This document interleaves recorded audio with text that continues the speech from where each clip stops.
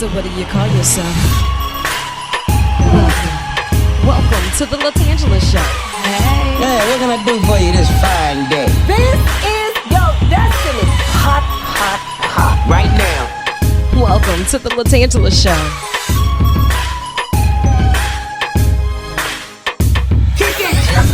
Come on in and enjoy yourself. Right now. We gon' party like no one else. Welcome to the LaTangela Show.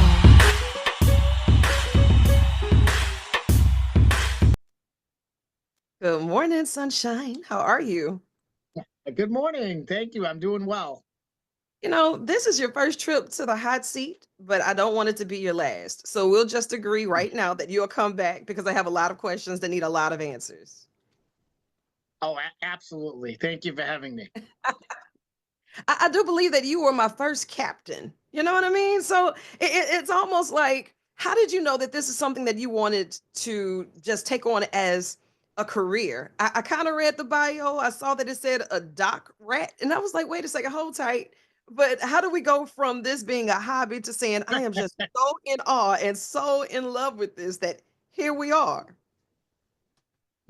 Yeah. So as a kid, I worked and I would pedal my bike down to the docks and I love the ocean. I just look out every morning. If you look out onto the ocean, you see it. It's just a vast space of unknown.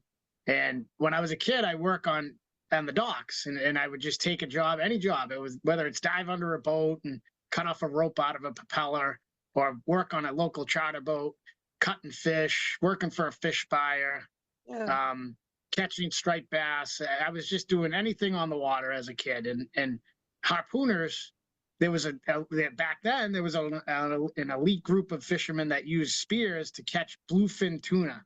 And bluefin Okay. tuna in our area are like the biggest game fish around. They swim 50 miles an hour.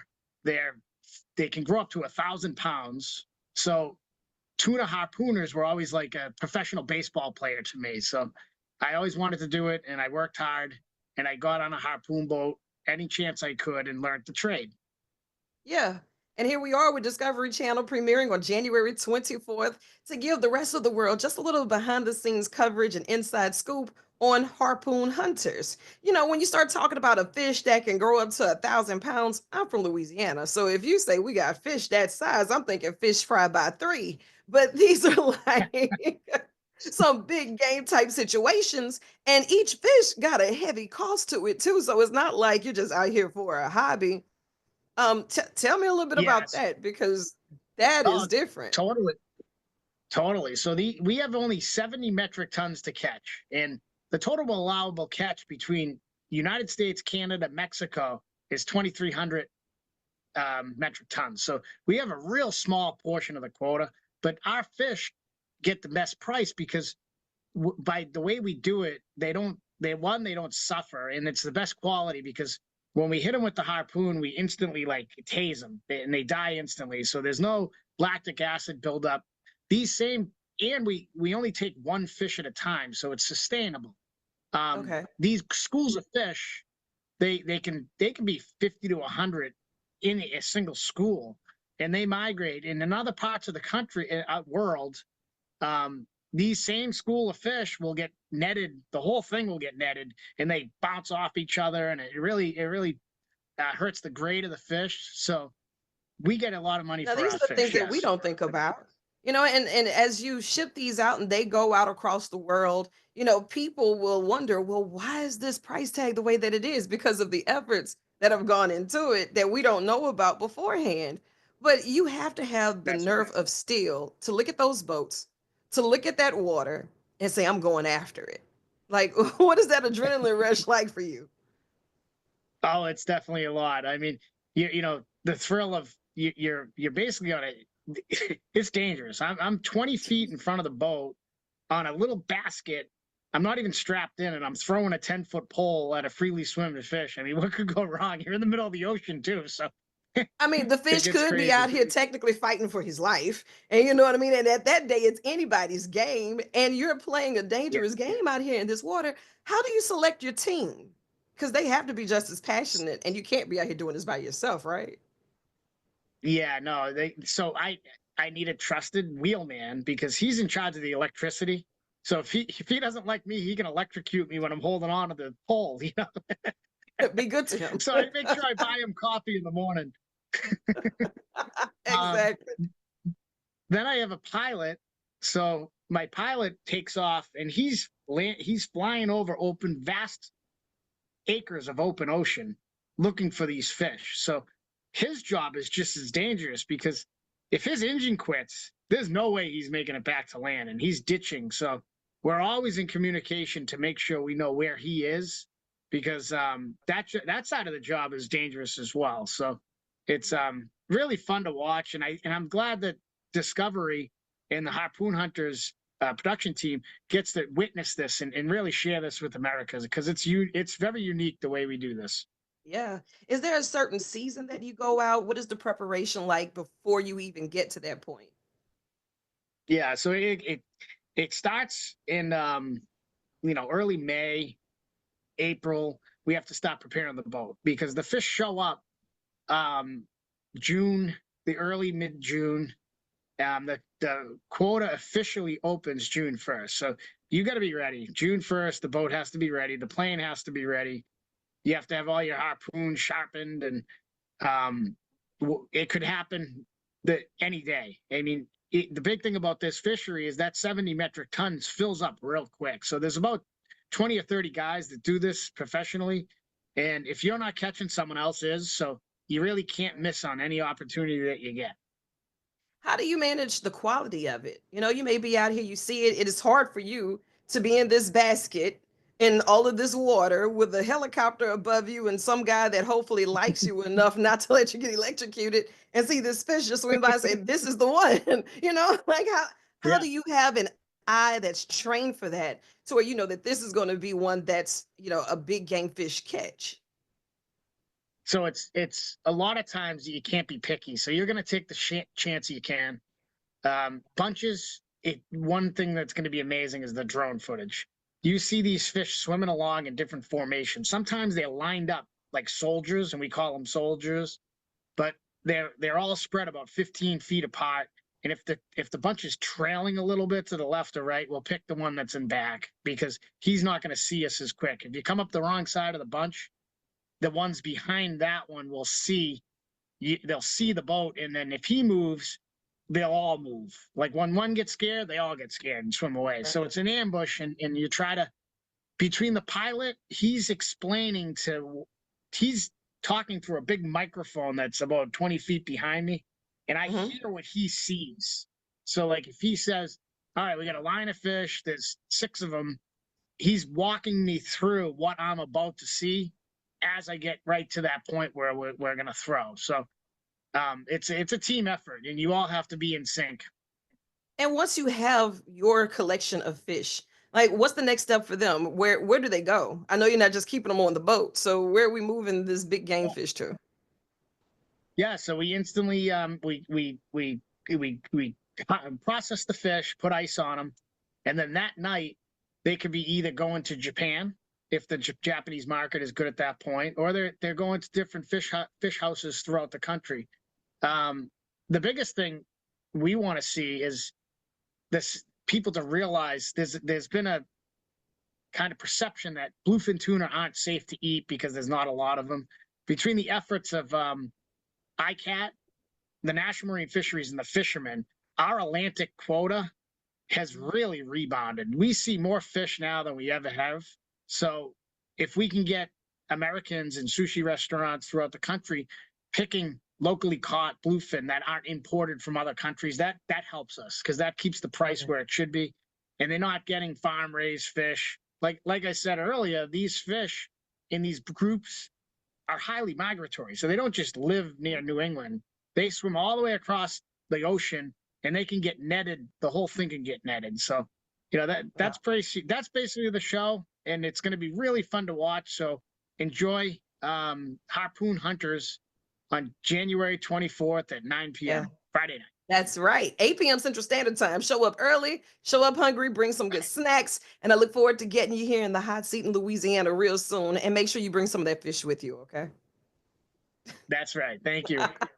I know you have Appreciate your more work time. to do, so I'm gonna let you chase the sun or let the sun chase you. But either way, get after it. I love you, and there's absolutely nothing you can do about it. I'll see you soon. Thank, thank you. Good morning, good morning, good morning, sunshine. How are you? Hi. Good morning.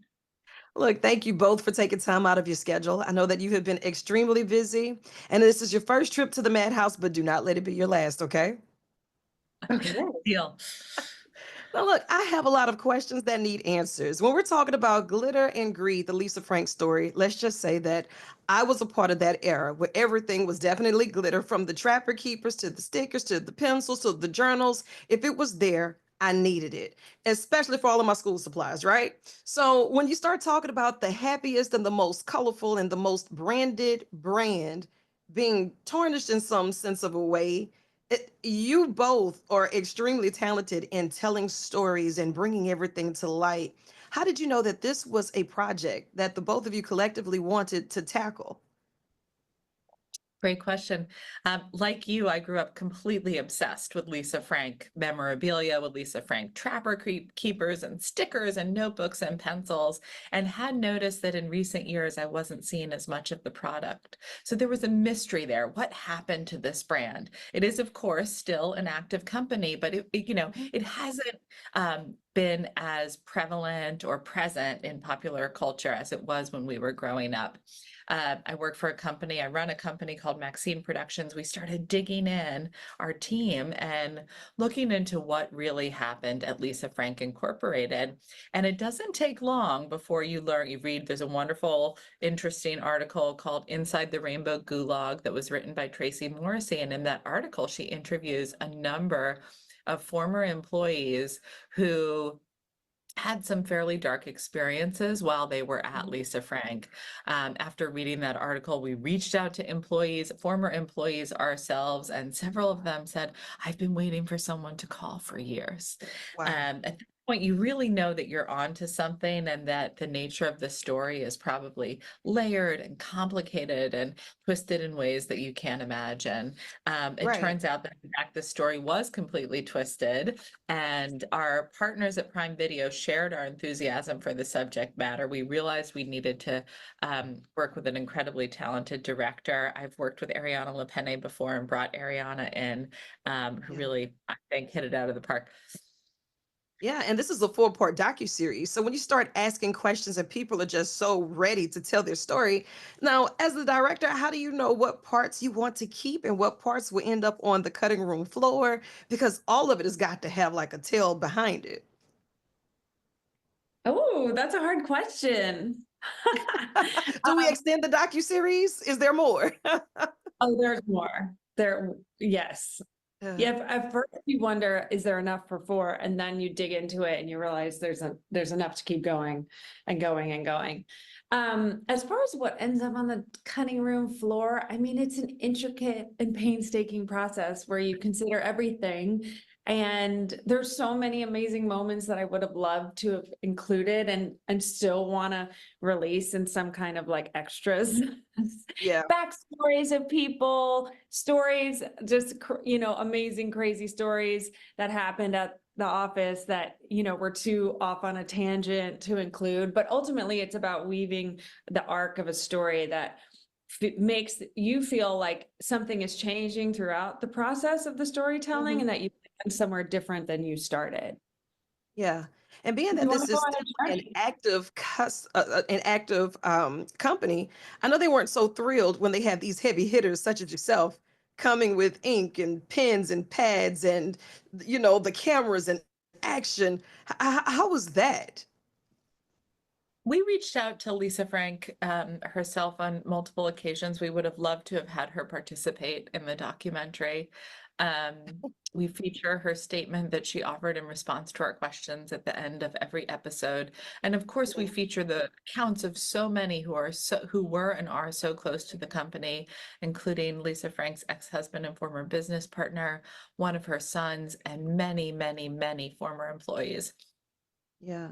And while you both are working on these type of projects and these docu-series and shedding a light to real life situations that so many of us are a part of their brand in one way or the other, what is it that you want the viewers to walk away with while they're seeing all of this for any of your Oh, projects? I mean, I think we want people to connect with the people on screen and their stories and relate to them. I think everyone who's watching can relate to working in an office with an office culture that maybe caused them some stress from time to time, or can relate to the journey of trying to make it in whatever industry you want to make it in. I mean, this story is about the plight of the working artist, right? All of these Yeah. people really wanted to be artists and follow their dreams, and everyone can relate to following their dreams. Yeah. Well, I tell you this, you have an open invitation to come to Louisiana. I will be your official tour guide and lead you in all the right directions. Get here, get here, get here. Right now, this 4-part docu-series, it's available Prime Video. I know they got this one all the way together with these heavy hitters, Mary Robertson and none other than the one and the only Ariana LaPenay. You see that? Had to add a little razzle for the dazzle. And I I love want you to New think Orleans. of this as an extension of your office. So whenever you have true stories that really need to be told, we love to hear it because this is one, a labor of love, but it's necessary. It's accountability for those big companies that have this great standing in the community, but yet you're taking advantage or making a great situation not so good for really good people. And that is something that everyone needs to know, that someone's always watching and we're always supposed to be responsible with our platforms. Thank you for your interest in the story. We would love to come to Louisiana. So don't be surprised if we knock at your door. Look, pull Oh, up I have on me. Louisiana. I'm a big Louisiana fan. Oh, good. So that's a field trip. See that? It's a family reunion, and I'll see you when you get here. All right. I know you have more work to do, so I'm gonna let you chase the sun or let the sun chase you. But either way, get after it. I love you, and there's absolutely nothing you can do about it. Thank y'all so much. Thank you. Thank you. Thank you.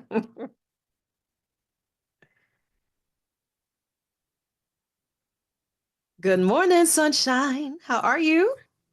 Good morning. I'm well. How about you? I'm good. Even better now that I have you in the hot seat and on the tan line. I know that you've been Oh, busy, so thank you for taking time out of your schedule to join me. Next time, you just have to come to Louisiana to do it, though.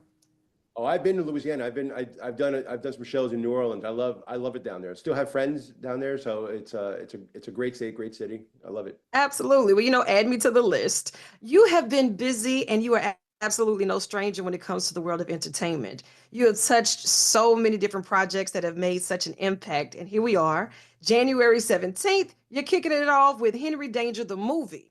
So take me through that thought process. What made you want to do the collaboration with Paramount Plus and Nickelodeon to bring this to life? Well, when the series went on the air in 2014 and it concluded in 2020 and sort of ended in where Henry and the gang and everybody kind of went off as adults in their own separate ways, but the show retained its popularity and in fact got even more popular as the years went on. So the conversations prior to my coming on were, what do we do next? How do we continue this story with Henry and everybody? And so a movie was written by Chris Nowak and Jake Farrow, who also ran the show. And when the script came to me, I was extremely excited about it because I had started in Nickelodeon like 25 years ago. Like they gave me my first sort of earnest break, on a show called Brothers Garcia. And it was a That's time where, awesome. yeah, so for me, I hold Nickelodeon in high esteem because, when we were all sort of scraping for opportunities, here was a place that said, come on over here. So I was in the family space for a number of years. And in the last 12 or 13 years, I went off and I've done drama and horror, as you said, and I've done sci-fi, I've done all these other things. So like big scopy visual effects kind of stuff. So when I read this script, it was like the perfect fusion of my two loves, taking the family space and taking these sort of big action spectacle genre stuff and fusing them together. So for me, like I grew up in the 80s. So I love, popcorn movies, escapist movies. I grew up Yeah, Spielberg, same. Robert Zemeckis. So for me, it was any opportunity to make an escapist, fun popcorn movie is something that I will jump at. And this was definitely something that I was like, yes, this is something it's right in my wheelhouse. It's just the stuff that I love. is bringing out that inner kid in you and bringing something for the families, right? So when families can get together and watch something that it can take the thinking out of it for them, there's like no danger, so to speak. For the family entertainment level of it, everybody can come and just enjoy themselves, get yourself some popcorn. But what is it when it comes down to putting it all together, making sure that it tells the story from the paper to film the way that you want it to? Because I know in here it says something to you. How do you make that work? Because I would be struggling. Yeah. Well, from a process standpoint, what you do is you start with characters. So because you can have all the spectacle in the world that you want, but if you don't have characters that you care about, it all means nothing. So for me, it was what the journey of these characters was. It was about two friends who, one has become more successful and sort of more popular than the other one's doing all the work. Mhm. And so, it's about Henry sort of learning and appreciating his friends and his family. And that at the heart of the movie is kind of what it's about. Then that informs the spectacle, that informs all of the action stuff, that informs all the visual effects. You've got to always start with character. You always got to start with people that you care about. I had sort of a cheat code because it was characters that were formed in 2014 and are now just adults. They went from kids, and now like Jace Norman is 24 years old. Like they're all in their early 20s or like late teens.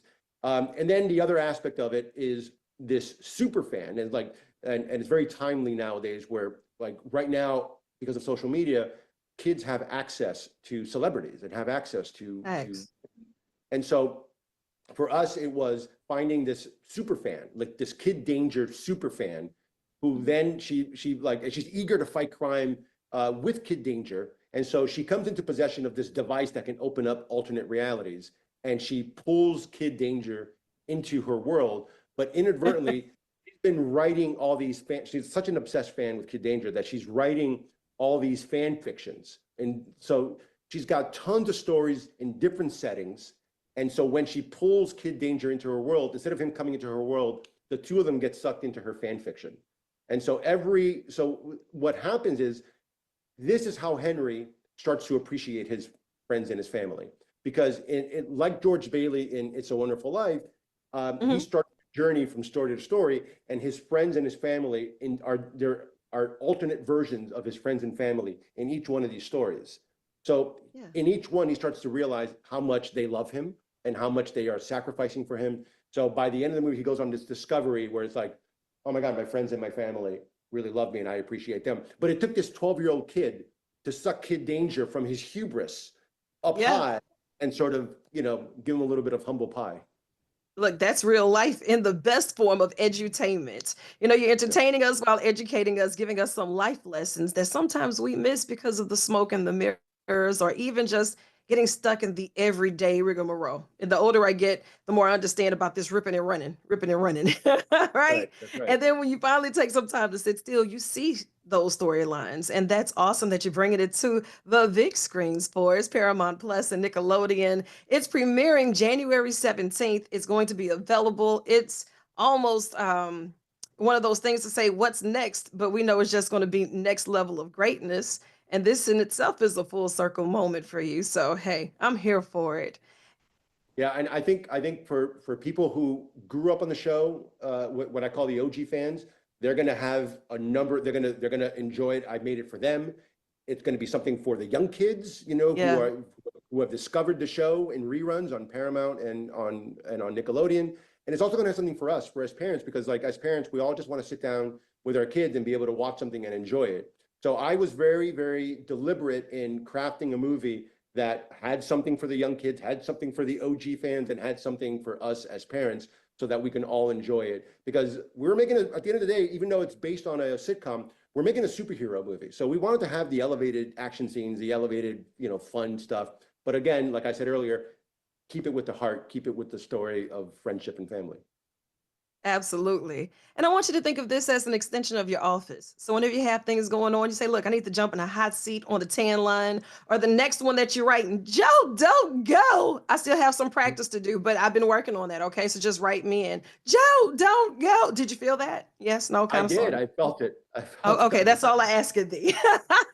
You Thank got you it. No, so no. much to Paramount Plus and Nickelodeon. They got this one all the way together. I know you have more work to do, so I'm gonna let you chase the sun or let the sun chase you. But either way, get after it. I love you, and there's absolutely nothing you can do about it. Ugh, thank you, Tan. Really appreciate it. Thank you for your time. Likewise, thank you so much. I'll be watching. All right, thanks. Bye-bye.